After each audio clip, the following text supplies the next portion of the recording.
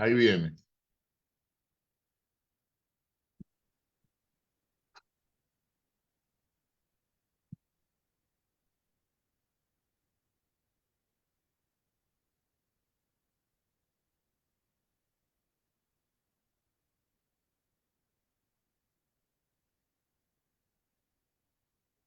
Adelante, doctor.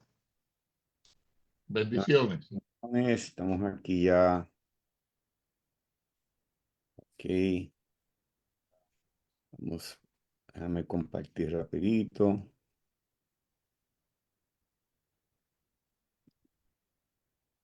Bien.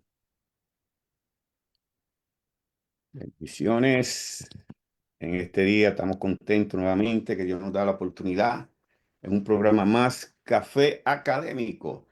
Primeramente, bendecimos a toda la audiencia que está entrando, los que van a entrar, los que estuvieron esperando. Queremos disculparnos, tuvimos un problema técnico con una de las computadoras, pero damos gracias a Dios que pudimos resolver el problemita, aunque un poquito tarde, pero estamos aquí, estamos aquí.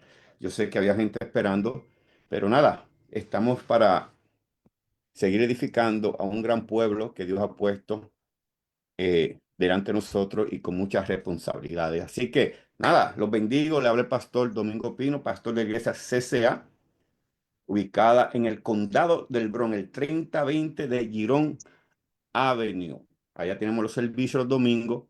A las 11:15 comenzamos un discipulado y a las 12 comenzamos nuestro servicio. Estamos contentos de poder compartir un día más con ustedes aquí, acompañado de este gran hombre de Dios, el doctor Elías Paulino. Paulino, danos un saludito por ahí. Bendiciones, gracia y paz. Que la salud, el sosiego, la paz del Aleluya. Eterno cubra sus vidas, sus mentes, sus corazones, su espíritu, alma y cuerpo, sus hijos y toda su familia. Bendiciones para todos. Gracia y paz. Verdadero saludo. Lo demás, un invento. Lo demás es un invento. Bueno, estamos contentos. La semana pasada, doctor, estuvimos hablando sobre el tema de Belcebú y creo que fue muy edificante la información que usted trajo y hablamos quién era y quién es Belcebú.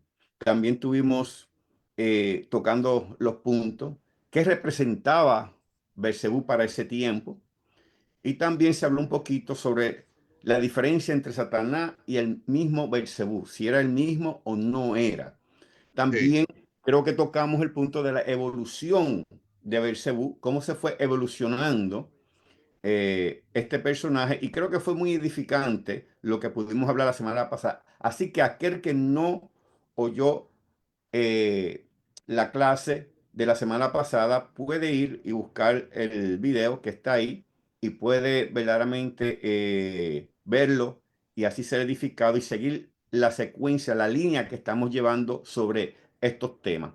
Así que hoy vamos a traer un tema totalmente diferente, pero que va en secuencia, en cadena a lo que estamos hablando ya. Llevamos, creo que esta es la semana número 9 si no me equivoco, doctor. La 9, la semana 9. 9.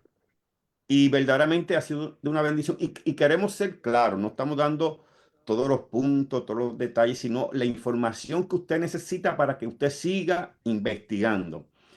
Y es importante que todo lo que se hable aquí usted vaya y lo investigue. Amén. Pero hoy, doctor, vamos a traer un tema y vamos a estar hablando de Apolión y también vamos a estar hablando de los infiernos. Y hay un tercer tema que yo creo que, doctor, ese tema va a encender, ay Dios mío, Jehová, el fuego con ese tema. Pero vamos a dejarlo ahí para llegar a ese tema que es el último que vamos a tocar hoy. Pero, doctor, hoy queremos entrar con este tema. Empezamos a las 10:25. Creo que vamos a terminar un poquito más tarde por el hecho de la hora que comenzamos. Y queremos comenzar, doctor, en esta secuencia que estamos hablando sobre Satanás, sobre los demonios, los ángeles. Y hoy vamos a hablar de un punto muy interesante que está en Apocalipsis, Apocalipsis capítulo 9. versículo 11. Y es, ¿quién es Apolión? Y quisiera comenzar esta pregunta, doctor. Esta pregunta, ¿quién es Apolión en Apocalipsis 9:11? Adelante, doctor. Sí. Apolión en Apocalipsis 9:11 es un texto que aparece solamente una sola vez. Es bueno aclararlo. Apolión en el Nuevo Testamento aparece una sola vez y es en Apocalipsis 9:11, como usted mismo citó, que dice, y tienen por rey sobre ellos al ángel del abismo. ¿Ve? Esa frase causa confusión, cuyo Mucha. nombre en hebreo, o sea, Juan aclara, en hebreo es Abadón y en griego Apolión. Entonces, cuando vamos a la etimología de Abadón, Abadón es destrucción, perdición. ¿Mm? Y Apolión es destructor. O sea, Juan toma el nombre Apolión de una traducción helenizada y personificada del hebreo Abadón. Lo voy a repetir. Juan lo que hace es que toma el nombre Apolión de una traducción helenizada y personificada del hebreo Abadón para nombrar un ser demoníaco escatológico y al mismo tiempo establecer una crítica simbólica contra el culto imperial romano que exaltaba a Apolo. ¿Por qué? Porque algunos emperadores se autodenominaban portadores del poder de Apolo. O sea, la vinculación de Apolión con Apolo permite que el pasaje se lea como una crítica a la autoridad romana. Ahora, ajá, No, interesante, siga. sí, o sea, es una crítica a la autoridad romana. Ahora, es importante que los que nos están escuchando sepan que el nombre Apolión apareció en los rollos de Qumran. ¿Dónde? En el testamento de Amram, o sea, en las visiones de Amram. Es un texto que se atribuyó al padre de Moisés y Aarón. Entonces a Apolión los qumranitas le llamaban Melchirecha, Melchirecha, rey de la maldad.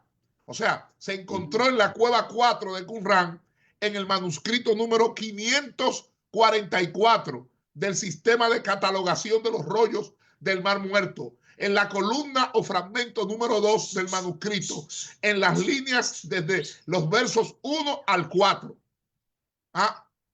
Cueva 4 de Qumran, manuscrito número 544. A Apolión, los qumranitas le llamaban Melchirecha o Melchirecha, rey de la maldad. Entonces, el uso del término funcionaba en 3 niveles. ¿Ve? O sea, habían 3 niveles y a cada nivel le daban una función de Apolión. Por ejemplo, en el hebreo bíblico, que es la traducción de Abadón, la función de Apolión es destructor del abismo. Doctor, pero una pregunta Sí. a esa misma línea, que es muy interesante. Estamos hablando de Apolión, Adabón en hebreo. Adabón en el hebreo, Abadón, Abadón. Abalón, donde lo encontramos en el Antiguo Testamento, si no me equivoco, no era personificado primeramente. No era un lugar. Ok, Es que Abadón nunca se personificaba. El que lo personifica es Juan. Bueno, el Juan de Apocalipsis, porque el Juan de Apocalipsis no es el Juan del discípulo de Jesús. Yo quiero insistir en esto y aclarar esto. El Juan de Apocalipsis no es, oiga bien, no es el Juan que estuvo con Jesús.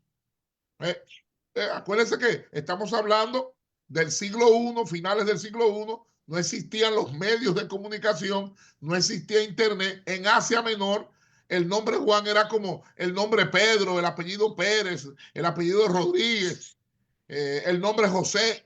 Era un nombre común. Entonces, como no existían sistemas efectivos como lo tenemos ahora de comunicación, se formó la tradición de que Juan, el que anduvo con Jesús, fue el que escribió Apocalipsis. Y sabemos que existieron más de un solo Juan. Hay 3 autores hasta ahora identificados a través de qué ciencia, a través de la filología, que escribieron Apocalipsis. Entonces, el Apocalipsis no está en orden, porque son escritos justapuestos. Y se formó, incluso en el capítulo 1 hay 3 introducciones. Entonces, a Juan, ya varios historiadores han determinado que a Juan se lo llevó Nerón, pero habían otros Juan, y esos Juanes eran seguidores de Jesús, seguidores de Machía, eran cristianos de Asia Menor, de Éfeso. Y entonces, ese que estaba en la isla de Patmos, ese que estaba desterrado en la isla de Patmos, la iglesia lo confundió con Juan, el que anduvo con Jesús. Pero ya ese es otro tema que lo trataremos otro día. Pero Abadón, repetimos, nunca fue un nombre, era un lugar, porque Abadón significa perecer, perderse, destruir. Por eso dice que cuyo nombre en hebreo es Abadón y en griego tiene por nombre Apolión. ¿Por qué? Porque Abadón en el Antiguo Testamento era un lugar asociado con el Sheol, la muerte y el sepulcro. Lo repito, Abadón en el Antiguo Testamento era un lugar asociado con el Sheol, la muerte y el sepulcro. ¿Y dónde vemos esto? Bueno, en el libro de Job, capítulo 26, versículo 6, que dice, el Seol está descubierto delante de él y el Abadón no tiene cobertura. También en el Salmo 88, versículo 11, que dice, será contada en el sepulcro tu misericordia o tu verdad en el Abadón. ¿Ah? O sea, el Abadón era un lugar. Ahora, Juan lo toma y lo vuelve una personificación, una fuerza que simboliza la destrucción impersonal, que simboliza el poder destructor. ¿Ah? Como se cree que tomó a Job, capítulo 28, versículo 22, donde dice que el Abadón y la muerte dijeron, su fama hemos oído con nuestros oídos. ¿Ve?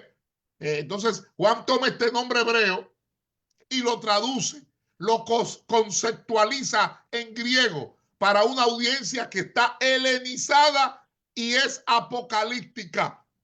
Es una audiencia helenizada, una audiencia apocalíptica. Entonces, ¿qué hace Juan?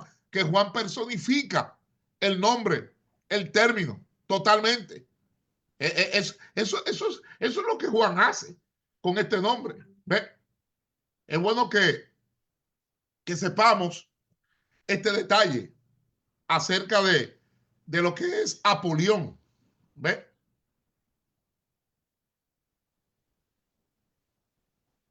Sí, sí. Pero es interesante porque aún cuando leen en Apocalipsis 9:11, doctor, por eso Sí, hay que aclarar este versículo. Se están haciendo ciertas comparaciones incorrectas sobre verdaderamente quién es este personaje, porque se creen, unos escritores creen que este personaje, Abadón, del capítulo 11, es el mismo ángel que está hablando en el versículo 1. Perdón, del versículo 11 al versículo 1 se creen que es el mismo. Ahora, aquí hay un problemita con esto, y es la segunda pregunta que quiero tratar de hacerle. ¿Por qué muchos conectan a Apolión con el dragón de Apocalipsis? Porque es que aquí hay una confusión de quién es este personaje, porque habla príncipe, el príncipe de los demonios. Entonces, yeah. aquí hay un problemita que hay que arreglar, doctor. Sí, lo que pasa es, acuérdese, lo que ocurre es que el nombre Abadón está en hebreo. Apolión es la parte griega del término, que es la forma griega del término, Apolión.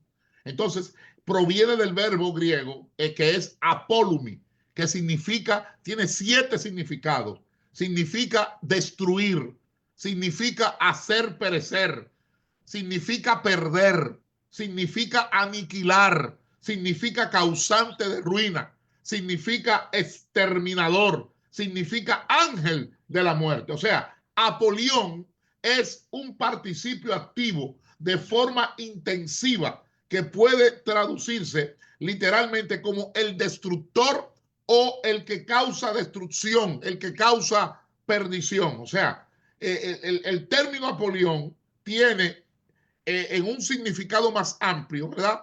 Porque primero significa destruir, pero significa también demoler, devastar, desmantelar, asolar, arrasar. El nombre Apolión también significa hacer perecer, pero en un significado más amplio significa dar muerte, aniquilar, exterminar, acabar con, eliminar. También significa perder el nombre Apolión, pero también significa extraviar, despojar, privar, abandonar, malograr. Ese nombre también significa aniquilar, pero en un sentido mucho más amplio, significa erradicar, desintegrar, desaparecer, pulverizar, porque también el nombre tiene una conexión con causar ruina, es un causante de ruina. Por eso los judíos lo veían como un agente de destrucción, un portador de devastación, un autor del colapso, un instigador de la perdición, un provocador de catástrofes. ¿Por qué? Porque lo veían como un exterminador, un aniquilador, un erradicador, un destructor total, un eliminador absoluto. Y por eso lo conectaban con el ángel de la muerte, un mensajero exterminador, un ejecutor divino de juicio, un portador celestial de destrucción. Lo veían como un ser alado del castigo eterno, un enviado fatal del abismo. Ahora, la traducción semántica sencilla, general, que se toma es destructor, destruidor, aniquilador, perdedor, causante de ruina y exterminador. Porque la identidad del Apolión como ángel del abismo es un agente que gobierna sobre una plaga de langostas demoníacas, como lo establece el Apocalipsis capítulo 9. Ahora, en un contexto escatológico y demonológico, Juan presenta a Apolión como rey de los demonios, o sea, las libélulas del abismo, rey de los demonios. Lo presenta como un ángel caído de alto rango, lo presenta como una figura de juicio, de devastación y de caos cósmico. Es bueno que sepamos que este ser no es Satanás directamente. No es Satanás directamente. ¿Por qué? Porque Apocalipsis 20, versículo 2, hace una distinción. Pero Apolión es un agente de destrucción escatológica alineado con los poderes infernales. Entonces, algunos intérpretes lo identifican como una entidad demoníaca mayor o príncipe del Tártaro, incluso un título para Satanás en su aspecto apocalíptico destructor. Pero no es Satanás, no es Satanás, porque en otros textos judíos como primero de Not, el abismo es un lugar donde están encarcelados los ángeles caídos, que de eso hablaremos más tarde. Ahora, la implicación teológica que esto tiene es que Apolión representa la fuerza destructiva y personificada del juicio divino, liberada en los últimos tiempos para castigar a los impíos. O sea, Apolión es un personaje teológicamente complejo, porque su evolución va desde una noción impersonal, que es Abadón, que tiene que ver con destrucción en el Antiguo Testamento, hasta una figura demoníaca con autoridad y agencia en el Nuevo Testamento. ¿Qué quiero decir? Que Apolión era una figura simbólica de destrucción asociada al inframundo, pero ya aquí en Apocalipsis Juan lo convierte en un ser demoníaco escatológico que representa el juicio, la ruina espiritual, el caos desatado por el pecado y la rebelión contra Dios. Apolión encarna una advertencia apocalíptica. O sea, cuando el hombre rechaza al Eterno, cuando el hombre rechaza a Dios, se abre el abismo y de él emerge el destructor. Ahora, hay una conexión que es cultural con el dios pagano Apolo, porque hay un juego ahí irónico teológico, porque muchos académicos sostienen que Juan elige intencionalmente a Apolión para establecer una crítica velada y simbólica contra el Imperio Romano, donde el dios Apolo, ¿qué era? Apolo era símbolo de la luz, símbolo de la belleza, símbolo de la armonía. Apolo era el protector del emperador, ¿ah? Porque incluso Augusto, cuando leemos la historia, a Mary Bear, Augusto decía ser hijo de Apolo. ¿Ah? Era la representación del ideal greco-romano de orden y civilización. O sea, Apolión aparece en Apocalipsis como una antítesis de Cristo, mientras que Apolo era el salvador civilizatorio del mundo greco-romano. Apolión en Apocalipsis es el ángel infernal de la destrucción. Y esta inversión del símbolo se alinea con la teología apocalíptica de Juan, que constantemente subvierte el simbolismo imperial. ¿Ah? Por eso la palabra anticristo no aparece en Apocalipsis, porque Juan la sustituye por bestia. La palabra anticristo no aparece en Apocalipsis, pero sí aparecen dos bestias. ¿Ah? Una que sube de la tierra y otra que sube del mar. Fíjese que Apocalipsis no menciona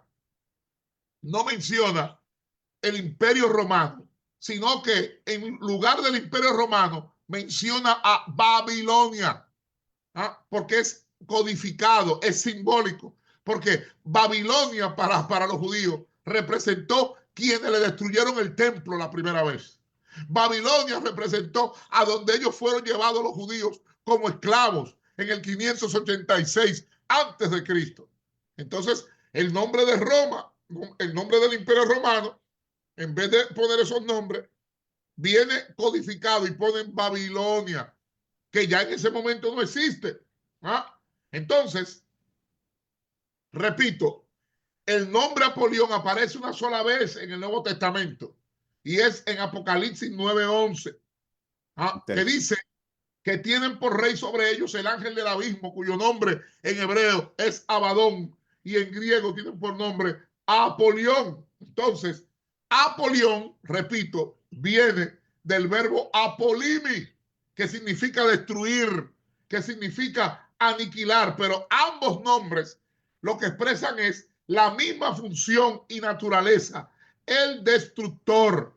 Pero en un contexto bíblico es bueno que digamos y le hagamos saber a la audiencia que en un contexto bíblico, en Apocalipsis capítulo 9, Apolión tiene 7 características. ¿Cuáles son esas características? Bueno, la primera característica es que es rey de los demonios, langosta del abismo. Segundo, doctor, es el... Ajá. Una pregunta antes de seguir hacia allá, porque sé que hay gente aquí haciéndose la pregunta. Usted habló y es interesante volver a ir hacia atrás, donde usted habló que cómo Juan usó este nombre Apolión, porque Apolo, como usted dijo, era lo que usaban los Los césares, emperadores los romanos. emperadores, como aquí en unos datos que tengo aquí, que Domiciano se veía a sí mismo como Apolo. ¿Ve? Ahora, aquí dice que Apolo empleaba la langosta. Ahora, aquí quiero hacer una pregunta. Aquí hay algo que hay que tratarle de dejarle saber al pueblo, doctor, que todo esto es un simbolismo. Correcto. Simbolismo, porque aún la langosta, cuando creo, si no me equivoco, Proverbio 30, el versículo, no me acuerdo, dice que las langostas no tienen rey. ¿Sabe? Ellas caminan, ellas trabajan sin tener rey. Viendo aquí que todo esto es un Claro. simbolismo que se está trayendo Juan en Apocalipsis, que en realidad entendemos que se está refiriendo más al Imperio Romano. Ahora, es interesante que esos simbolismos que usted va a traer de Apolión, el pueblo entienda que todo lo que se está hablando aquí no es literal. Y yo quisiera que explicar un poco eso porque mucha gente usa Apocalipsis y lo interpreta de una forma literal. Incluso añado a lo que usted estaba hablando anteriormente, que entiendan que Juan no escribió el libro de Apocalipsis cuando estaba en cautiverio en la isla. No, no, ya le había salido Él había de la isla salido de Patmos. Estaba de la en isla de Éfeso. Pasmos. Sí, pero porque ellos no entienden y están repitiendo lo que oyen sin buscar. Pero quisiera, doctor, que nos dejara claro que todo esto es un simbolismo, lo que perdón, lo que Juan está usando. Sí, y no solamente eso, me voy a adelantar. Todo lo que Juan escribe en Apocalipsis, o los tres Juanes que escribieron en Apocalipsis, lo sacaron del Antiguo Testamento. Por eso se llama revelación. O sea, es una versión más actualizada, una versión más contextualizada, una versión más adaptada al entorno que el escritor está viviendo. Porque ya había salido ese Juan de la isla de Patmos, ya había salido. Y vamos a tomar un programa, no ahora, donde vamos a demostrar que todos los capítulos del Apocalipsis están en el Antiguo Testamento, todos, absolutamente todos. ¿Ah? Hay algunas variaciones que se hacen, pero eso lo vamos a ver en otro programa. Pero en el contexto bíblico de Apocalipsis 9, Apolión es descrito con 7 características. Primero, rey de los demonios, langosta del abismo. Segundo, ángel caído asociado al juicio divino. Tercero, gobernante de una fuerza espiritual que emana del abismo, que es un concepto que en la literatura apocalíptica representa el lugar de encarcelamiento de seres demoníacos o caídos. Cuarto, Apolión es emblema de destrucción activa y devastación apocalíptica. Quinto, Apolión es una figura escatológica con autoridad delegada y limitada. La autoridad de Apolión es delegada, es limitada. Sexto, Apolión es la contraparte demonológica del Cristo glorificado. Séptimo, Apolión es el símbolo velado contra el Imperio Romano y el culto imperial. ¿Ah? Por eso, cuando vamos a describir a Apolión como rey de los demonios, langosta del abismo, lo hacemos, desde el punto de vista de Apocalipsis 9:11, porque dice, y tiene por rey sobre ellos. O sea, Apolión es presentado como el soberano de las langostas infernales, entidades demoníacas que emergen del abismo al sonido de la quinta trompeta, a diferencia de las langostas naturales, que éstas tienen inteligencia, intención perversa y obedecen a un líder,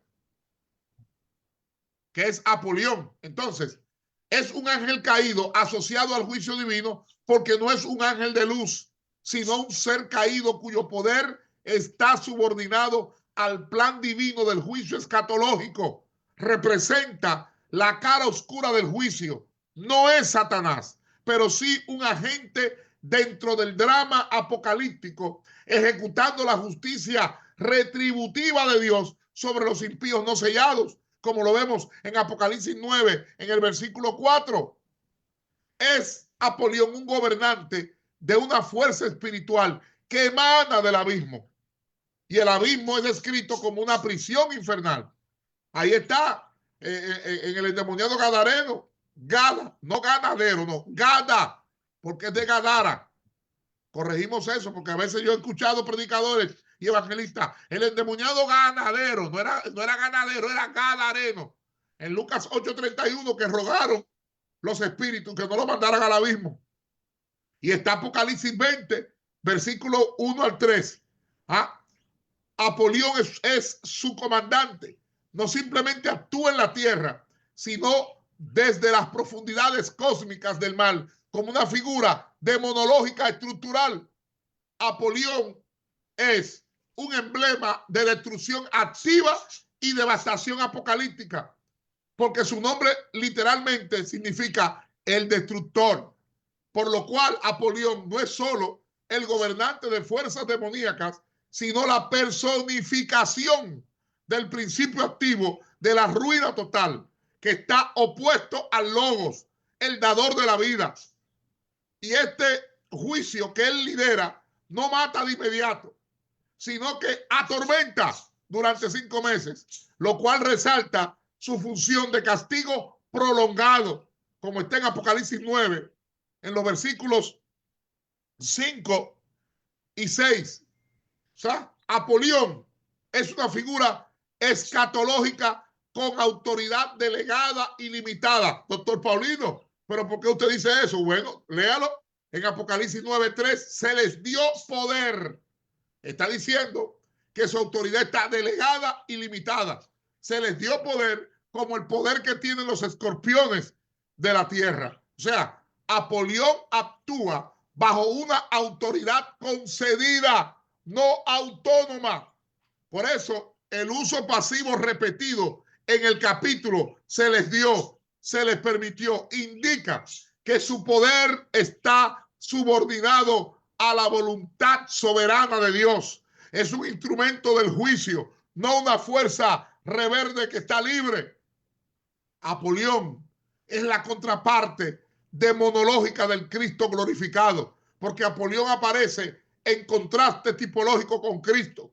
Cristo es salvador, Apolión es destructor. Cristo abre el libro, Apocalipsis 5, pero Apolión emerge de un pozo. Cristo viene del cielo con corona de oro en Apocalipsis 14, pero Apolión comanda una horda que trae muerte y oscuridad, y esto lo convierte en un antimesías, del abismo, una figura oscura que ejecuta la ira de Dios como Cristo ejecuta la gracia. Apolión es un símbolo velado contra el imperio romano y el culto imperial, porque el nombre Apolión tiene una resonancia fonética con Apolo, dios romano del sol, de la música, de la profecía, venerado por el imperio. Y Juan puede estar usando el nombre de una manera irónica. Apolo, dios de luz, Apolión, ángel del abismo. Esto convierte a Apolión en un símbolo antiimperial. El ídolo que el imperio romano venera se revela como un demonio destructor, no como un salvador. ¿Y a qué conclusión podemos llegar con esto? Bueno, que Apolión en Apocalipsis 9 es mucho más que un simple demonio. Es un arquetipo apocalíptico del juicio, el ángel del abismo, que encarna la ruina escatológica, la retribución divina y la crítica teológica al poder idolátrico del mundo. Entonces, la figura de Apolión se articula simultáneamente ¿con qué? Con demonología apocalíptica, con justicia divina, con teología del abismo, con crítica contra el poder político idolátrico. Y el contexto de Apolión, ¿cuál es? La quinta trompeta del Apocalipsis, donde del abismo emergen seres demoníacos con poder para atormentar a los hombres durante 5 meses. Apolión lidera esta hueste, lo cual lo identifica como una figura de autoridad demoníaca. Entonces, para contestar su pregunta, que por qué muchos conectan a Apolión con el dragón de Apocalipsis. Tome asiento si está parado. Siéntese, porque este dragón, que lo vamos a tratar en otro programa, pero queremos abrirle la mente para que usted entienda que según Apocalipsis 12:7, ese dragón, ese Satanás, tiene ángeles bajo su mando. Ahora, el dragón en Apocalipsis, principalmente Apocalipsis 12 y 13, es una figura simbólica de gran riqueza teológica, de gran riqueza escatológica, de gran riqueza simbólica, y su significado no es unívoco, sino que el significado de dragón en Apocalipsis es multivalente. Anote esa expresión. El significado del dragón en Apocalipsis es multivalente. ¿Y qué quiere decir esto? Que expresa diferentes dimensiones del mal en un contexto apocalíptico. Y vamos a regalarle, porque no está en Google, no está en Wikipedia, vamos a regalarle 18 significados principales. Hay más. Yo encontré 36, pero yo le voy a regalar la mitad, 18. 18 significados principales de dragón en Apocalipsis con base en la exégesis, en el simbolismo bíblico y en el contexto histórico religioso. Primero, el dragón en Apocalipsis es Satanás personificado. Por eso en Apocalipsis 12:9 dice, y fue lanzado fuera el gran dragón, la serpiente antigua, que se llama Diablo y Satanás. O sea, el dragón es identificado explícitamente con Satanás, el acusador, enemigo de Dios y enemigo de su pueblo. Segundo, el dragón simboliza la fuerza cósmica del caos, porque el dragón evoca antiguos mitos del caos, como Leviatán, que está en Isaías capítulo 27, versículo 1, o también Raat, que está en Job capítulo 26, del 12 al 13. Son símbolos del desorden opuesto al creador. El dragón simboliza también, en tercer lugar, el poder imperial romano. Representa el poder opresor de Roma, detrás del cual actúa el mismo Satanás, como está en Apocalipsis 13, versículo 2, como instrumento histórico del dragón. ¿Por qué? Porque al diablo, a Satanás, usted no lo va a ver. Nadie se ha tirado una foto con Satanás, pero el ser humano, existen seres humanos que se dejan usar, existen seres humanos que se dejan usar, y usted ve al ser humano, pero detrás de ello está la fuerza opresora del dragón. Y aquí el poder imperial romano, los judíos lo veían, que actuaban, pero detrás de ellos estaba Satanás, estaba el dragón operando. Cuarto, el dragón es enemigo de la mujer y su descendencia. ¿Dónde está eso? Apocalipsis 12:4, Apocalipsis 12:3, 12:13, perdón. Apocalipsis 12:17. El dragón persigue a la mujer. ¿La mujer quién es? No es María. La mujer no es María. No. La mujer es el pueblo de Dios. Oiga bien. El pueblo de Dios. El dragón persigue a la mujer. ¿Quién es la mujer? El pueblo de Dios. Y a su descendencia. ¿Cuál es su descendencia? A los fieles que siguen a Jesús, Machía, a Jesús, el Cristo, a Jesucristo, a Jesús, el Mesías. ¿Por qué? Porque el dragón es símbolo del odio satánico contra la comunidad de los piadosos creyentes, hijos e hijas de Dios. En quinto lugar, el dragón es un ser mitológico como símbolo escatológico, porque el dragón es un arquetipo apocalíptico inspirado en criaturas mitológicas mesopotámicas y cananeas, pero que es transformado en un símbolo del mal absoluto en la visión cristiana. En sexto lugar, el dragón es la representación del poder anticreacional, porque contrapone al creador. El dragón intenta destruir la vida, la luz y el orden establecido por Dios. El dragón, en séptimo lugar, es el manipulador de la bestia. ¿Por qué? Porque según Apocalipsis 13, versículo 2 al 4, el dragón da poder y trono a la bestia que sube del mar, mostrando así su papel de fuente espiritual de sistemas opresores y anticristianos. En octavo lugar, el dragón es el usurpador del culto divino. Por eso en Apocalipsis 13:4 dice, y adoraron al dragón que había dado autoridad a la bestia. O sea, se presenta como un ídolo supremo, usurpando el lugar de Dios. El dragón es el acusador celestial vencido. Por eso Apocalipsis 12:10 dice que al ser arrojado del cielo se declara que ha sido vencido el acusador de nuestros hermanos. Y esto marca su derrota espiritual en el cielo. El dragón es el símbolo de la seducción mediante engaño religioso y político. Sí, símbolo de la seducción mediante engaño religioso y político, porque el dragón actúa a través de engaños, como lo dice Apocalipsis 12:9, engaños de carácter religioso, ideológico, filosófico y político, confundiendo a las naciones. O sea, el dragón es una figura escatológica de oposición al Mesías. Porque según Apocalipsis 12:5, el dragón quiere devorar al hijo varón. ¿Y quién es el hijo varón? El Mesías.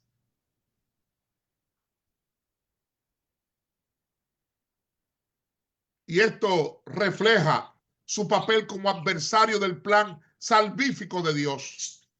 Número 12. El dragón es símbolo de la gran guerra espiritual y cósmica, porque representa la lucha apocalíptica entre el bien y el mal, entre Miguel y sus ángeles contra el dragón y sus ángeles, como está en Apocalipsis 12, versículos 7 al 9. Como número 13, el dragón es la encarnación del antievangelio, porque el dragón representa el mensaje opuesto al evangelio, una contranarrativa diabólica que seduce a las naciones y suplanta la verdad con mentira, promoviendo la idolatría, la persecución y el rechazo a Cristo. El dragón representa el poder destructor de la esperanza escatológica. Sí, como número 14, el dragón representa el poder destructor de la esperanza escatológica. Es símbolo de la intención satánica de abortar la promesa mesiánica, tratando de impedir el cumplimiento del reino de Dios, como está en Apocalipsis 12, versículo 4. ¿Por qué? Porque busca devorar al niño en el momento de su nacimiento. Número 15, el dragón es una parodia. Creo que todo el mundo sabe lo que es una parodia de la Trinidad divina. Dragón, Satanás, la bestia del mar, poder político, y la bestia de la tierra, falso profeta. ¿Y qué forman? Una tríada infernal, que es una imitación teológico-doctrinal de qué? De la Trinidad, perdón, de la Trinidad, de la Santísima Trinidad, Padre, Hijo y Espíritu, revelando su estrategia de engaño por suplantación. Repito, como número 15, el dragón es una parodia de la Trinidad divina. Dragón, Satanás. La bestia del mar, la bestia que sube del mar es poder político. Y la bestia que sube de la tierra es el falso profeta. Y estos tres, dragón,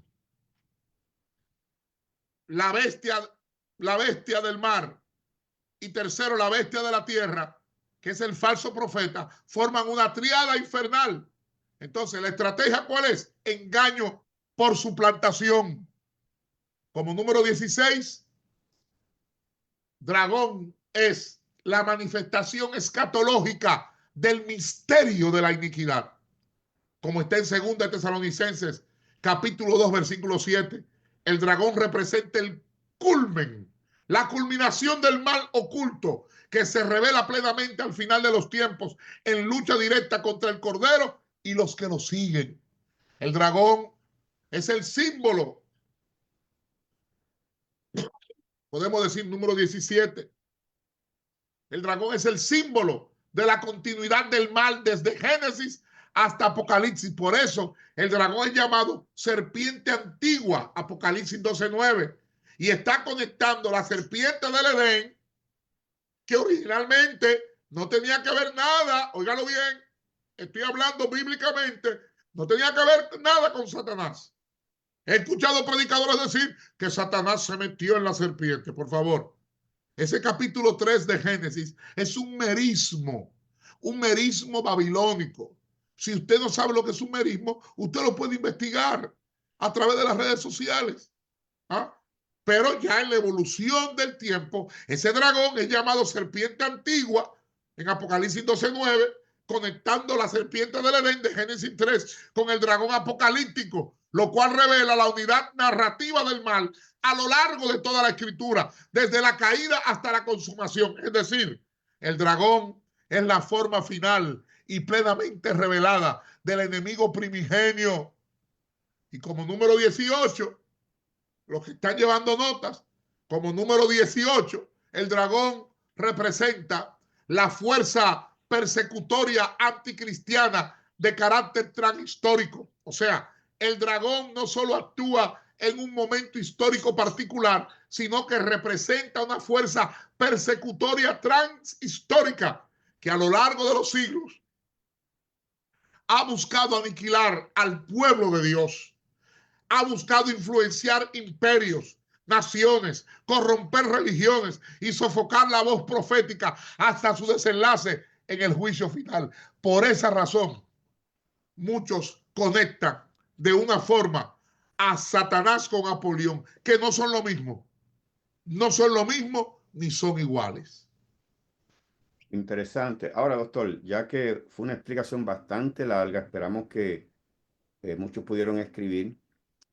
Para darle una conclusión a esto, entonces, en un lenguaje, vamos a salirnos un poquito de lo académico, vamos a darle el lenguaje pentecostal. Usted está diciendo que Abadón no tiene que ver nada o no es Satanás, No, no es Satanás. pero, En lo absoluto. pero Nada Abadón que ver. es un ángel que está representando en ese momento lo que Juan está escribiendo, que es lo que yo quiero que el pueblo entienda, para traer esa conclusión, no tiene que ver nada directamente con Satanás. Claro, porque incluso el mismo texto de Apocalipsis, Apocalipsis 9:3, dice que su autoridad es delegada y es una autoridad limitada. ¿Por qué? Porque se les dio poder, como el poder que tienen los escorpiones de la tierra. O sea, Apolión actúa bajo una autoridad concedida, no es una autoridad autónoma. Hello, por eso el uso pasivo repetido en el capítulo de que se les dio, se les permitió, indica que su poder está subordinado a la voluntad soberana de Dios. Es un instrumento del juicio, no una fuerza rebelde libre. Interesante. Bueno, entonces yo creo que quedó bastante claro lo que verdaderamente entonces significa lo que es Apolión en el capítulo 9 versículo 11, que mucha gente pues lo están comparando como si fuera Satanás. Otros estudiosos dicen que es el ángel de la muerte que se usó en, en el libro de Éxodo, pero saca muchas conclusiones y yo creo que con esta fuente que usted nos acabó de dar, traten de volver a oír esta grabación para sacar esos puntos y seguir buscando información. Ahora, doctor, yo quiero rapidito, porque yo quiero entrar a este punto que yo sé que mucho le interesan, y es una pregunta que es contradictoria de muchas maneras, de muchas maneras. Eh, y vamos a estar hablando de un tema, y le voy a decir esta expresión para comenzar. ¿Qué entonces significa?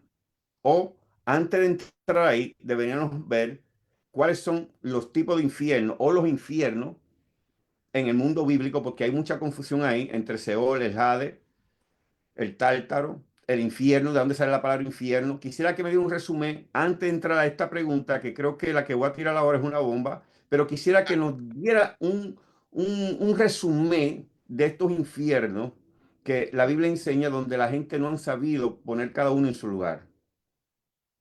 Sí, bueno, los infiernos, es bueno que se sepa que la palabra infierno originalmente no aparece, oiga bien, originalmente en los evangelios no aparece la palabra infierno. Ahora, existía en el mundo griego y en el mundo greco-romano la mitología del mundo de los muertos. Cuando hablo de la mitología me refiero a la construcción teogónica que hicieron, la cosmovisión de lo que era el reino subterráneo, gobernado por Hades. Hades es el Plutón de Roma, Hades griego, Plutón romano, donde las almas van después de la muerte. Y este inframundo estaba dividido, estructurado, estratificado, y es bueno que se sepa que no es homogéneo, porque no todos sufren el mismo destino. Entonces, para los griegos había tres infiernos: el Érebo, número uno; número dos, el Tártaro; y número tres, los campos elíseos. Lo voy a repetir. Antes de que se hiciera el Nuevo Testamento, los griegos tenían tres infiernos: el Érebo, que no podemos dar detalles porque se alarga el programa; número uno, el Érebo; número dos, el Tártaro; y número tres, los campos elíseos. Entonces, los infiernos contaban con 5 ríos oceánicos. ¿Y cuáles eran? Número uno, el Aqueronte; número dos, el Cosito; número tres, el Estige o Estigia; número 4, el Leteo o río Lete; y número 5, el Flegetonte. Esos 5 ríos eran 3 infiernos: el Érebo, el Tártaro y los campos elíseos, y 5 ríos oceánicos: el Aqueronte, el Cosito, el Estige o Estigia, el Leteo o río Lete y el Flegetonte. ¿Qué pasa? Que no vamos a describir cada uno. Ahora, de los 5 ríos, el, el Flegetonte es el equivalente al lago de fuego, porque el Flegetonte era el río del fuego que nunca se apagaba, el fuego que ardía, pero no consumía ningún combustible. ¿Ah? De los 5 ríos, porque hay que saber de dónde vienen las cosas. Ahora, en la Biblia, y ya más actualmente, los 3 espacios principales son el Hades, el inframundo general; número 2, el Tártaro, que es el abismo de castigo eterno, la región infernal más profunda del inframundo, que está llena de ángeles caídos, pero también llena de demonios. Y en tercer lugar está el abismo, que es un espacio caótico y demoníaco. Entonces, el Hades, es bueno que sepan el origen del término. Los griegos le llamaban a Hades el rico. Conecte. A Hades le llamaban el rico, porque el término Hades aparece por vez primera en la mitología griega en el canto número 24 de la epopeya La Odisea, a finales de diciembre del año 701 antes de Cristo. Y Homero la usó como una figura de metaplasmo, una figura de transformación, para referirse al dominio que tenía el Hades sobre los muertos. Luego usó esa figura como un sintagma para referirse a la morada final de los muertos. ¿Qué es entonces el Hades? Es, en una definición sencilla, el reino de los muertos, el lugar sombrío, no necesariamente de castigo, ojo, no necesariamente de castigo, sino de residencia de las almas después de la muerte. ¿Y quién es el gobernante del Hades? Hades y su esposa Perséfone, la esposa de Hades, Perséfone, en la mitología griega. Ojo, Hades no es el infierno cristiano en sentido moral, en sentido ético. Hades no es el infierno cristiano en sentido moral, porque allí van casi todos los muertos. y en la cosmovisión del siglo I, iban casi todos los muertos, buenos o malos, porque es un lugar de sombra, de memoria, de silencio. En la Septuaginta es bueno que se sepa que Hades traduce a veces Sheol. Ahora, en el Nuevo Testamento aparece en Mateo 11:23, en Lucas 16:23, el rico y Lázaro, que de eso vamos a hacer un programa, porque hay una teoría que se ha sacado, que no sabemos quién se la inventó, que las parábolas no mencionan nombre. ¿Quién se inventó eso? ¿Dónde está eso? Correcto.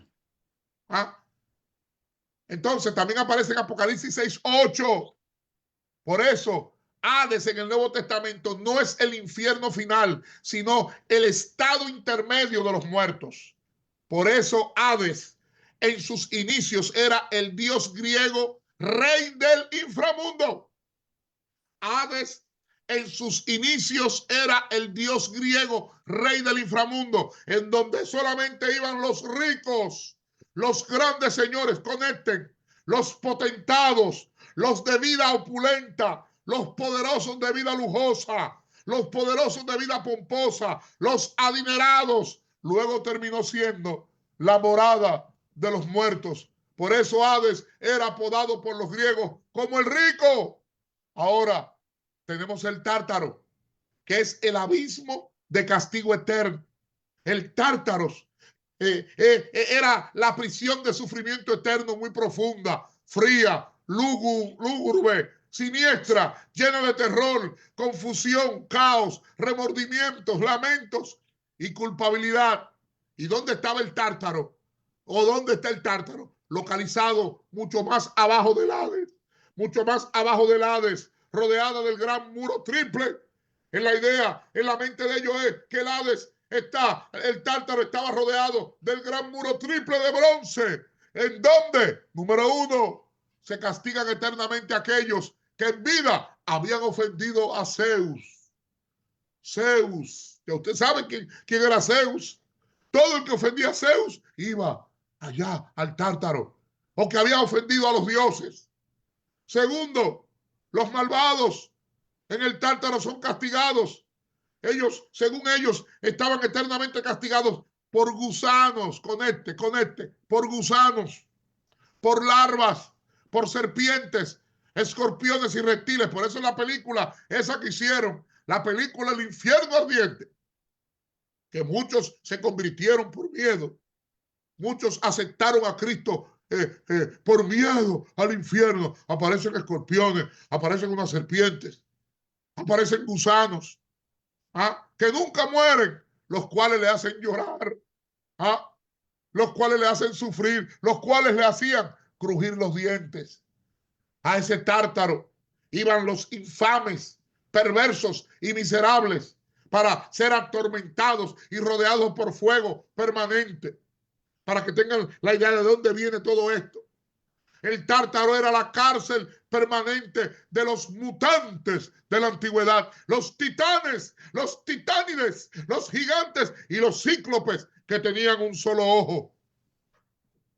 El Tártaro era para aquellos que cometieron crímenes menos graves después de cumplir la sentencia pronunciada de oscuridad, tormentos, fuego mortificador, calores sofocantes y lamentos que daban lugar a su libertad. Ahora, cuando vamos a las características doctrinales y cosmológicas,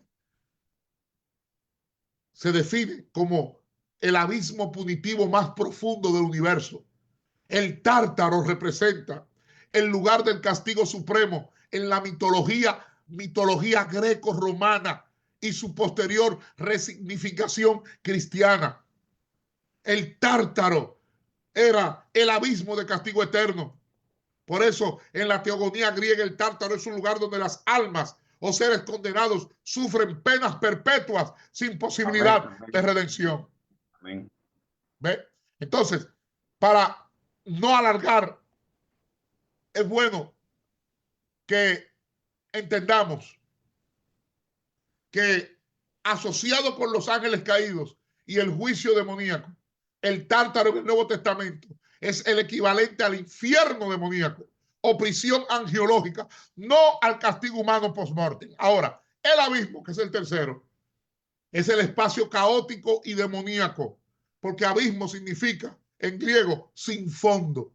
Es un espacio infinito, caótico, persistente, a menudo asociado al mar primordial o a la prisión de los demonios. ¿Y de dónde se origina esto? Bueno, en Hesiodo y la Teogonía, el abismo es cosmogónico, el caos, el vacío anterior a la creación. Por eso, el abismo en el Nuevo Testamento, en Lucas 8:31, los demonios ruegan a Jesús no ser enviados al abismo. En Apocalipsis 9, del 1 al 11, se habla del ángel del abismo, que es Apolión, que ya hablamos de él, y de allí salen langostas infernales. Y por eso en Apocalipsis 20, del 1 al 3, Satanás es encadenado, ¿dónde? En el abismo, por 1000 años. Porque el abismo es un espacio simbólicamente demoníaco, extrahumano, caótico y preescatológico. Es lo más que puedo decir en un resumen, porque Sí. podíamos pasar más de una hora hablando de esos tres lugares. No, interesante que usted explicó la diferencia de cada lugar, el Jade, el Tártaro y el abismo. Yo creo que quedó bastante claro. No quiero añadir, solamente quisiera, doctor, tiene que ser un resumen corto porque se me va a quedar la otra pregunta. Y le voy a hacer la pregunta porque la gente, vuelvo y repito, tenemos muchos tipos de oyentes presentes. Aquí lo que queremos que entiendan, y le hago la pregunta, doctor, para que usted la conteste, es ahora mismo ese lugar de fuego, ese lugar de sufrimiento que la iglesia tradicional ha tenido por mucho tiempo, llamada el infierno. Hay gente en este momento en ese lugar. Cuando alguien muere, va a ese lugar directamente. Si alguien No, muere sin Cristo, va a ese lugar directamente. Yo creo que no, aclare no, no, eso. no, Aclare eso. no, no. Bíblicamente, ahora mismo el infierno está vacío. En el infierno no hay ningún ser humano. Todo eso de que si alguien muere sin Cristo se va para el infierno, eso vino de la teología medieval, de la teología de la Edad Media. No. ¿Por qué? Porque primero, la primera característica que tiene Dios es que es un Dios justo e inmutable. Y en su justicia y la inmutabilidad oiga esto, es imposible que alguien sin ser juzgado sea mandado al infierno. Por lo tanto, ahora mismo, bíblicamente, en el infierno no existe un solo texto que diga que hay seres humanos metidos ahí. Wow, ¿Ve? wow. No existe. Eso es una mala interpretación, es una mala teología, es un dogma falso, una falacia, una mentira que se metió en la iglesia de forma oral, de forma verbal. Aparecen algunos libros, lamentablemente libros que no sirven. ¿Ah? ¿Por qué? Porque decir una mala interpretación, y regarla, distribuirla, expandirla, extenderla, es una falacia. Entonces, en el infierno, ahora mismo, bíblicamente, no hay un solo ser humano. Wow, No hay wow. un solo ser humano. Claro, el que muere sin Cristo no está en el mismo lugar que el que muere en Cristo. Hay una gran diferencia. ¿Ve? Pero eso tenemos que explicarlo en otro programa. ¿A dónde van los muertos en este siglo XXI? ¿Ah? Y hay que establecer diferencias. ¿Para qué? Para determinar a dónde van. Pero aclaramos, en el infierno no hay un solo ser. Es más, el ministro, el pastor que diga que en el infierno hay gente, le está hablando mentiras a su pueblo. Está Bueno, hablando falacias a su pueblo. No ha sido educado en la palabra. No ha sido formado en la palabra. Necesita educarse, formarse, ¿verdad? En lo que es la correcta lectura e interpretación y estudio de las sagradas escrituras. amén. Y es tremendo lo que está explicando y por eso hacemos estas clases para traer claridad, claridad. Y siempre trato de buscar ese lenguaje, ese pensar, ese hablar de las iglesias, que cuando uno va a una iglesia, oye por las redes sociales lo que estos pastores, predicadores están diciendo, cosas que son totalmente antibíblicas. Y lo que estamos tratando de traer este programa de la manera que ustedes lo están viendo, que yo le hago preguntas al doctor, pero las preguntas que yo hago es para que el doctor conteste las inquietudes y los errores que verdaderamente por muchos años se han estado enseñando. Pero doctor, para seguir y ellos entiendan, porque hay gente que son vagas para pensar, pero vamos a seguir caminando en esto. Basado a eso, ¿por qué le hice esta pregunta? Porque quiero terminar con esto.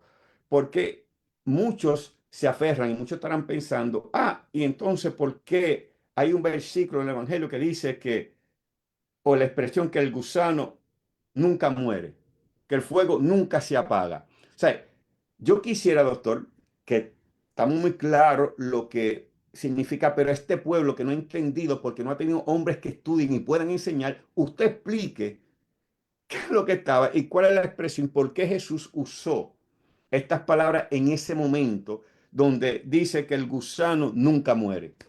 Sí, algo que no dije acerca de la expresión pasada del tártaro, es bueno que los que nos escuchan sepan que el tártaro, ¿verdad? En su característica es mucho más profundo que el Hades, es un lugar de tortura eterna y que en la mitología griega estaba guardado para monstruos como Campe y Tisífone, pero en la teología cristiana primitiva aparece en Segunda de Pedro, capítulo 2, versículo 4, que dice que Dios no perdonó a los ángeles que pecaron, sino que los arrojó al tártaro, que Ahí viene está. del griego tartarrosas. Está asociado con ángeles caídos y el juicio demoníaco. O sea, el tártaro en el Nuevo Testamento es el equivalente al infierno demoníaco, a la prisión angiológica, no al castigo humano post-mortem. Solamente una aclaración porque no lo dijimos, pero queremos hacer hincapié en eso. Tártaro aparece en Segunda de Pedro, capítulo 2, versículo 4, Sí, en está su ahí. original. Dios no perdonó a los ángeles que pecaron, sino que los arrojó al tártaro, del griego tartarrosas. Está asociado con ángeles caídos y el juicio demoníaco. Ahora, la pregunta, que es la cuarta pregunta que usted me hace, que la expresión del gusano que no muere, ¿de dónde sale esto? Siéntese, tome una libreta y anote esto. Siéntese. Yo se lo vamos a explicar desmenuzado. La expresión el gusano no muere proviene del texto de Isaías 66:24. Repito, la expresión el gusano no muere lo sacaron de el profeta evangélico Isaías, ¿no? El último capítulo de Isaías, Isaías 6:6, capítulo 6:6, 66, versículo 24, y ha sido ampliamente retomado en el judaísmo intertestamentario, en el segundo templo, pero también en el cristianismo primitivo, pero para colmo, en las palabras de Jesús, como Marcos 9:48. Y esto tiene fuertes connotaciones escatológicas. Repito, la expresión el gusano no muere viene de Isaías 66:24. ¿Y qué dice? Y saldrán y verán los cadáveres de los hombres que se rebelaron contra mí, porque su gusano nunca morirá, ni su fuego se apagará, y serán abominables a todo hombre. Recordemos, Isaías 66 es el capítulo final del libro, y la expresión que usa en hebreo es Toliatán Lotamú. En hebreo es Toliatán Lotamú. Su gusano no morirá. Toliatán Lotamú. Porque es la expresión en hebreo. En términos filológicos. Toliatán Lotamú. Su gusano no morirá. Isaías 66 es el capítulo final del libro, con una fuerte carga escatológica, describiendo el juicio final y la restauración del justo. Y este lenguaje evoca imágenes funerarias del valle de Hinón, la Gehenna, el valle de Hinón. Hinón se escribe H-I-N-O-M. El valle de Hinón, Gehenna, que era el lugar donde se quemaban los cadáveres, porque, señores, no existían los cementerios como lo tenemos ahora, y los cadáveres se quemaban. Luego, junto con los cadáveres, vieron que se podían quemar basuras y desechos, y en el valle de Hinnom, la Gehenna, ahí quemaban cadáveres y desechos. Allí los cuerpos no enterrados eran devorados. ¿Por qué? Por gusanos. Gusanos, las larvas, símbolo de putrefacción perpetua, y el fuego ardía continuamente. El valle de Hinnom, la Gehenna, o mejor dicho, el nombre completo, el valle de Ben Hinnom, es decir, el valle del hijo de Hinnom.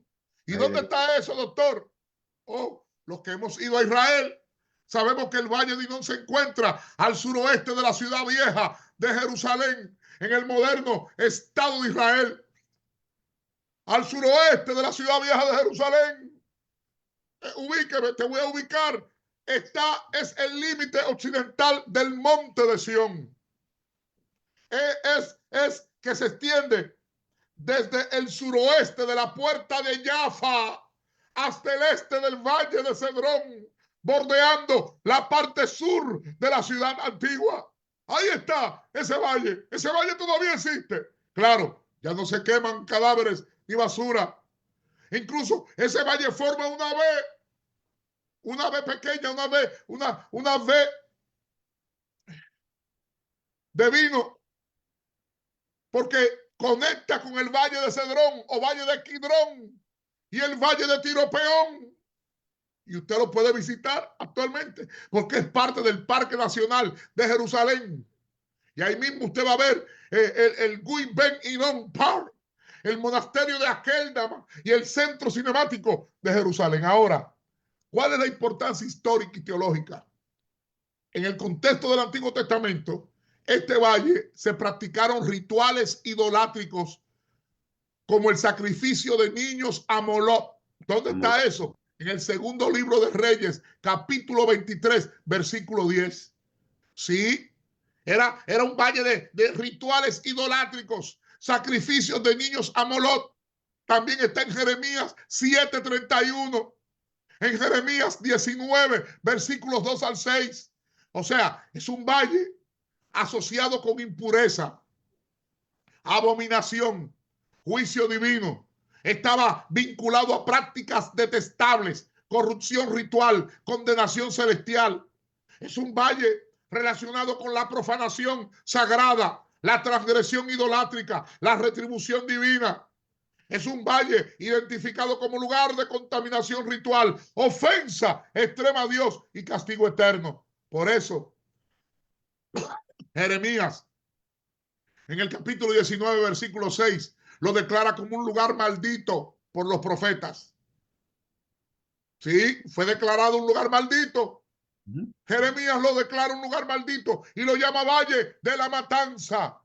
Por eso, ese valle se transforma en un símbolo escatológico en la época del Segundo Templo, porque se convirtió en símbolo del castigo final de los impíos.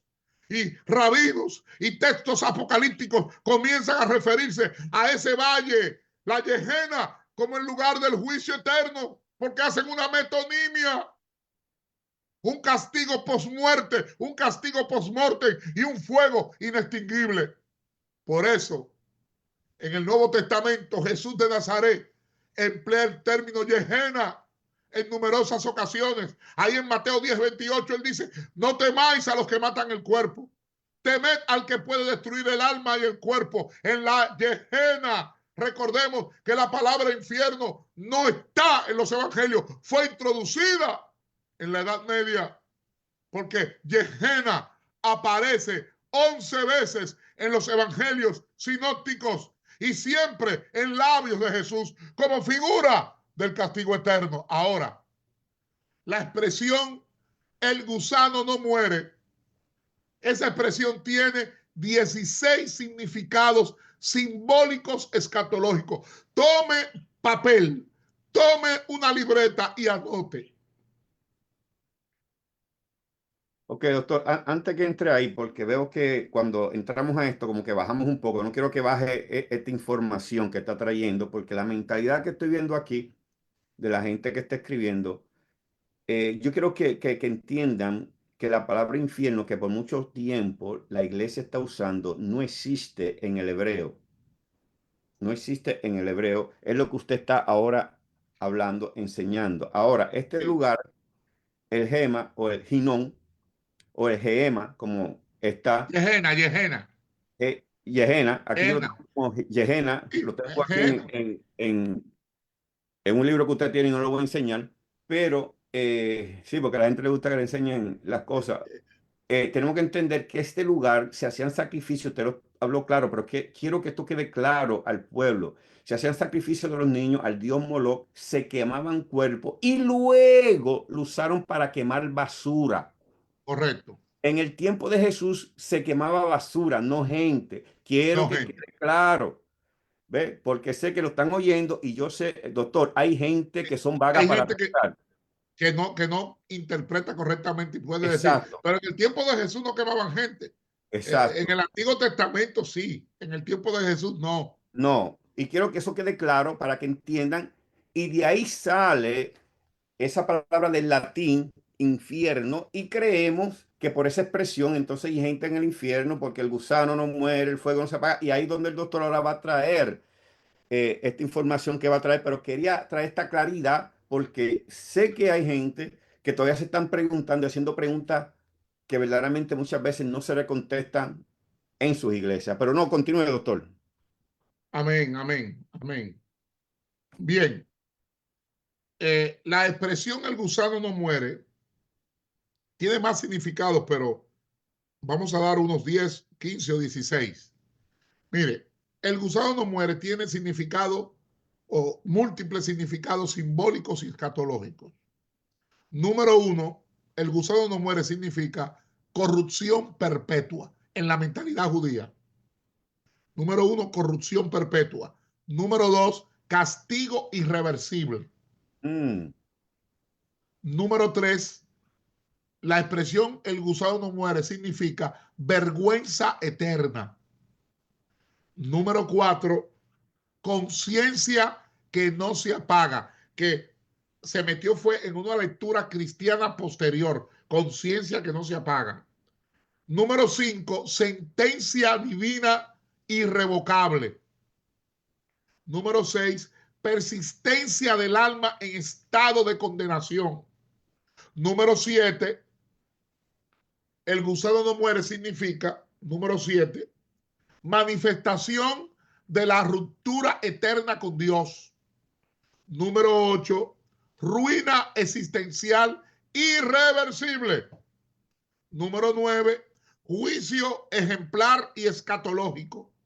Número 10, memoria viva del rechazo voluntario del bien eterno. El gusano no muere significa, número 11, continuidad del tormento espiritual y existencial. Número 12, emblema de impureza definitiva ante la santidad divina. Número 13, fractura del sentido escatológico de la existencia. Número 14, descomposición ontológica sin extinción. mm, Número 15, encarnación del remordimiento perpetuo. O sea, el gusano no muere, ¿qué es? La encarnación del remordimiento perpetuo. Número 16 es la simbología apocalíptica de indignidad irreparable. Hello, ¿qué me está diciendo? Ah, que esa corrupción perpetua, que significa que el gusano no muere, el gusano que no muere representa el proceso interminable de descomposición, una metáfora de degradación eterna para quienes han sido juzgados como impíos o rebeldes. Porque el gusano aquí es símbolo de descomposición continua, símbolo de putrefacción espiritual sin término, que no se consuma, lo que refleja la degeneración moral y ontológica eterna del impío. No es un gusano biológico inmortal. No es un gusano biológico inmortal, sino una imagen de corrupción sin fin, de corrupción perpetua, símbolo de juicio irrevocable. Eso es lo que significa que el gusano no muere. ¿Por qué? Porque es un castigo irreversible. Porque el texto indica que ni el gusano muere ni el fuego se apaga. El gusano, ¿qué es? El proceso interno de desintegración. Y el fuego, destrucción externa, juicio divino. Por eso el texto indica que ni el gusano muere ni el fuego se apaga. Ambos son figuras del castigo eterno en la cosmovisión apocalíptica. La muerte del gusano indicaría el fin del tormento. Sin embargo, el hecho de que no muere subraya que el castigo es definitivo, sin retroceso, sin escape, y no hay posibilidad de redención posterior. Por eso, después de muerto, ya no hay más esperanza. Es un lugar, la expresión que el gusano no muere representa la vergüenza eterna. ¿Por qué? Porque el texto dice que los cadáveres serán abominables a todos. El gusano no muere. Eso simboliza la exposición pública de la ruina. No hay entierro, no hay olvido, hay vergüenza perpetua ante Dios y la comunidad. ¿Por qué? Basado de donde sacaron el texto, que fue Isaías 66:24, donde los cuerpos muertos son objeto de asco eterno. El gusano es un símbolo de la humillación y el repudio perpetuo. Es el reflejo de una condición degradada y públicamente expuesta. Por eso, el gusano no muere indica que la conciencia no se apaga, que fue una lectura cristiana posterior. Es el símbolo de la conciencia culpable. Es una especie de ¿qué? De remordimiento eterno que no muere en el alma condenada. Y así lo interpretaron los padres de la iglesia con respecto al gusano. ¿Por qué? Porque el gusano puede interpretarse como la conciencia acusadora que continuamente recuerda al condenado su culpa, sus decisiones, su rechazo del bien en una suerte de remordimiento inextinguible. Repito, el gusano no es físico, sino espiritual y psíquico. ¿Por qué? Porque trae a la memoria el no arrepentimiento en vida del pecado. Trae a la memoria la separación eterna de Dios, porque la sentencia divina es irrevocable. Por eso el gusano que no muere representa la palabra de juicio que Dios ha emitido y que no puede ser anulada, una justicia eterna en ejecución constante.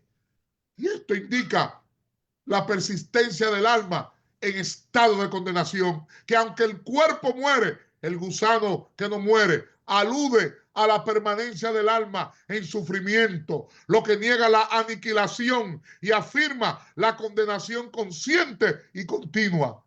Porque que el gusano no muere manifiesta la ruptura eterna con Dios, porque el gusano simboliza una vida apartada para siempre de la presencia divina, en un estado de descomposición espiritual, sin restauración. Es la expresión máxima del infierno como separación eterna.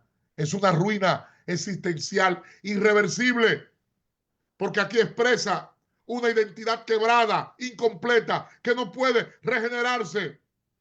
Ese gusano que no muere simboliza la existencia del condenado en una ruina ontológica que no concluye. Por eso el fuego no se apaga.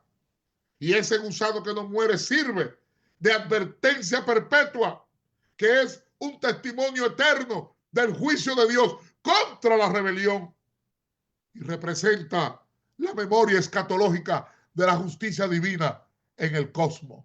Por eso, esa memoria viva del rechazo voluntario del bien eterno representa la rememorización perpetua del rechazo libre y consciente de Dios. Wow. De modo que esa expresión de Jesús que cita el gusano que no muere en Marcos 9, del 47-48, cuando él dice, mejor te es entrar tuerto en el reino de Dios que teniendo 2 ojos ser echado al Gehenna. Nunca Jesús menciona infierno. Gehenna, donde el gusano de ellos no muere y el fuego nunca se apaga. Y aquí Jesús ratifica la carga escatológica de Isaías 66, usándola para describir la suerte final de los impíos. El gusano se vuelve símbolo de ¿qué? De juicio divino, de exclusión del reino y de autodestrucción perpetua. Lo repito, el gusano se vuelve en Isaías 66 símbolo. Número 1, juicio divino. Número 2, exclusión del reino de Dios. Y número 3, autodestrucción perpetua. Amén. Wow.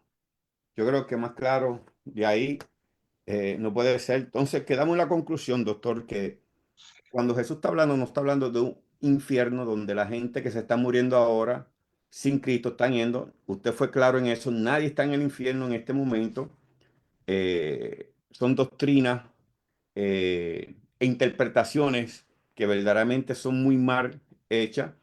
Hemos hablado de Apolión, Adabón, y creo Abadón. Apalón, y creo que ha sido claro lo que hemos traído en este día, pero doctor, nos quedan para tratar de cerrar este tema que ya llevamos 9 semanas. No sé si la semana que viene vamos a hablar un poco del seno de Abraham o todavía nos queda qué espíritu fue el que atormentaba a Saúl, al rey Saúl, que no hemos tocado, muchos nos están pidiendo ese tema, igual que cuántos tipos de ángeles hay, porque hoy hay alguien por ahí enseñando que creo que está erróneo en lo que él está hablando, cuántos tipos de ángeles existen. Y también, que es lo que queremos terminar, nos quedan 2 puntos y uno de los más fuertes va a ser Apocalipsis capítulo 12, que es Ese no va a bastante, tomar 2 programas, ese Apocalipsis 12. es Ese Apocalipsis contradictorio. 12, ya dimos un avance con el dragón, pero es bastante largo el capítulo. Y hay contradicciones en el capítulo, en el mismo capítulo Sí, hay sí, sí. contradicciones. Se presta para contradicciones. Bueno, se presta, vamos a usar, correcto, gracias por la corrección. Se presta para contradicciones, ¿cierto? Así Para es. contradicciones y queremos llegar ahí eh, y a ver si terminamos para así cerrar este capítulo que hemos comenzado. Creo que queremos terminar porque hay otros temas que queremos traer para la iglesia y terminar con un tema que es de mucha manipulación, pero lo que queremos dejar ya para lo último. Queremos dejar ese tema. Así que, doctor, yo creo que ya nos pasamos bastante, pero había bastante información. Este es un video que está ahí. Usted puede repasarlo, compártalo para que otros puedan oírlo, puedan aprender, puedan compartirlo con otras iglesias. Y yo voy a tomar esto aquí. Esto yo no lo he hablado con el doctor de alguna forma, porque ya yo veo que en las redes hay otros maestros que están enseñando cosas que verdaderamente, de la forma que lo ponen, parece que son correctas, pero Parecen verdad, parecen verdades, pero no lo parecen son. verdades, Y pero no son verdades verdaderas, no son verdades. ni verdades correctas. Si acaso uno de esos maestros, porque creo que muchas veces son atrevidos y no tienen esa humildad, nosotros tratamos de traer todo lo que traemos con fuente. Aquí se busca, se estudia, el doctor es responsable de lo que está trayendo. Nosotros no, o vamos a ponerlo así, nos prestamos, si cualquiera de esos maestros quiere tratar de contradecir lo que se está enseñando aquí, pero lo hacemos públicamente porque escondido no lo vamos a hacer.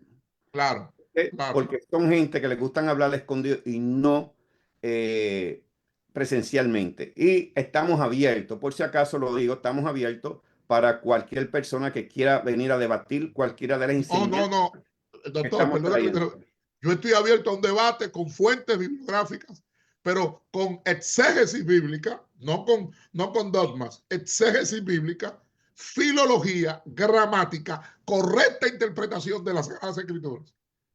No Amén. con paradigmas de, que mi papá me enseñó, el que fue mi pastor me dijo. No, no, no, no, no, no, no, no. Correctamente.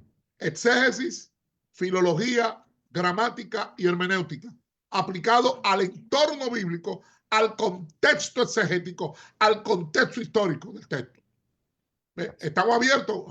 El que quiera contradecir lo que estamos enseñando, estamos abiertos a un debate público. Lo único que yo exijo es que no se le vaya la electricidad si se le daña el internet.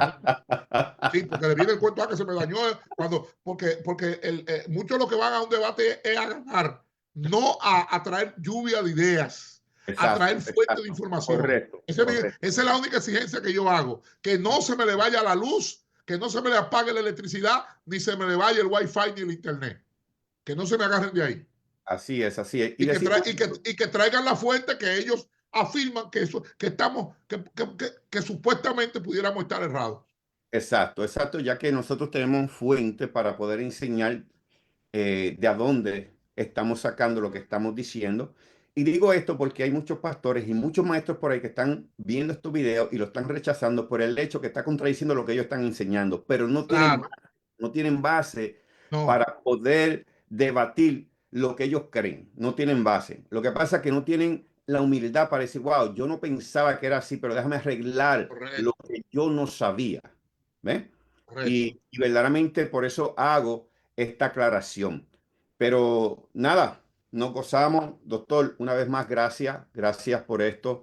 Siempre creo que de lo que pensamos recibimos más y damos gloria a Dios por el doctor Paulino, que es un hombre que verdaderamente si no llega a ser por él, pues muchas de las cosas que hoy estamos conociendo no se hubiera conocido. La gloria y honra es para Dios. La gloria y honra es para Dios. Y yo siempre digo esto, hermano, no se enfaden por lo que le digan o por lo que usted aprenda, sino de gracias, porque usted no tuvo que leer tanto, tuvo que quemar pestañas y se la están dando fácil, debe gozar, si seguir enseñándola, se empiezan a quejar. No sé qué pensamiento es ese, pero claro.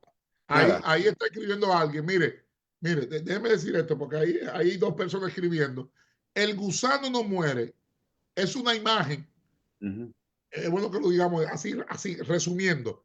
El gusano no muere es una imagen poderosa que expresa, número uno, la irrevocabilidad del juicio escatológico. Número dos, la corrupción moral eterna. Y número tres, en clave cristiana, la exclusión final del reino de Dios. Y repito, no debe ser leído de forma literal biológica, sino como una metáfora del sufrimiento perpetuo del impío, ya sea físico, espiritual o existencial. Óigalo bien, el gusano no muere es una imagen poderosa que expresa, número uno, la irrevocabilidad del juicio escatológico. Número dos, la corrupción moral eterna. Y número tres, en clave cristiana, la exclusión final del reino de Dios. Wow, poderoso. Así que con esto culminamos, damos gracias a Dios por este día, por este tiempo. Perdone que comenzamos tarde nuevamente, tuvimos un problema Técnico. pero vamos a ver si ya el martes que viene vamos a estar activos a tiempo. Así que, doctor, sus últimas palabras de despedida. Bueno, mis palabras es, amados, no cierre su mente al conocimiento correcto, porque hay conocimiento falso, al conocimiento correcto de las escrituras. Oiga, estudie, lea, analice, investigue, hurgue, profundice, para que usted entienda que hay cosas que a mí me la enseñaron y los que me la enseñaron fueron hombres de Dios que están en el cielo, como decimos nosotros, que se salvaron, pero ellos llegaron hasta donde aprendieron, ellos llegaron hasta donde se supieron. Estamos en la época de las luces, en la época del conocimiento. La Biblia enseña que la tierra será llena del conocimiento, de la gloria del Eterno. Entonces, no cierre su mente, abra su mente. ¿Para qué? Porque el conocimiento, ¿qué hace? Que aumenta la fe. ¿Qué hace el conocimiento? Aumenta la espiritualidad.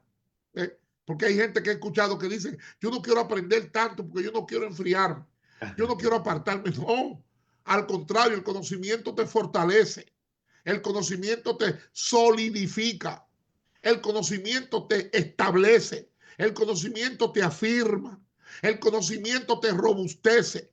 ¿Por qué? Porque tú crees, pero sabes en lo que estás creyendo. Eso es. Bendiciones a tu vida.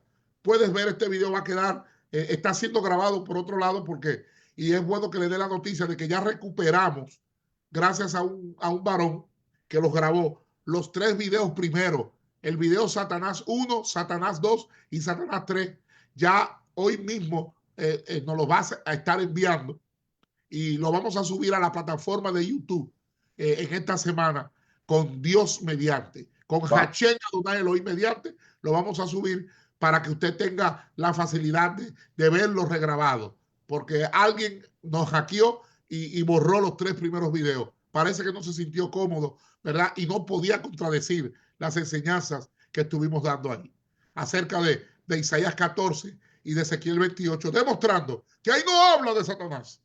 Eso es un invento, es una falacia, una mentira, una falsa interpretación.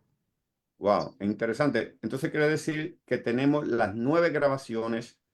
Correcto. La vamos a subir esta semana a la plataforma de YouTube. 9 Las grabaciones, 9 grabaciones, incluyendo la de hoy. incluyendo la de hoy, del tema que hemos venido desarrollando. Así que pronto le vamos a decir cuándo ya estén. Yo creo que el doctor va a comenzar a trabajar pronto con eso para que esas grabaciones estén ahí. Y volvemos y decimos, gracias, comparta este video. Y lo que el doctor dice, nosotros no aprendemos para discutir, sino para enseñar. Para enseñar, amén. Y ¿Ven? tampoco aprendemos para ganar debates. Para ganar debate. No, no, no, no. Que eso es otro problemita, que el hombre puso sus leyes en los debates. Eso es un disparate también. Pero eso después se hablará. Así que nada, los bendigo. Una vez más, gracias, bendiciones. El próximo martes seguiremos con el video número 10. No se lo pierda, que va a estar demasiado poderoso. Así que bendiciones, gracias, paz, doctor. Será hasta el martes que viene, si Dios permite. Amén. Bendiciones, gracias y paz.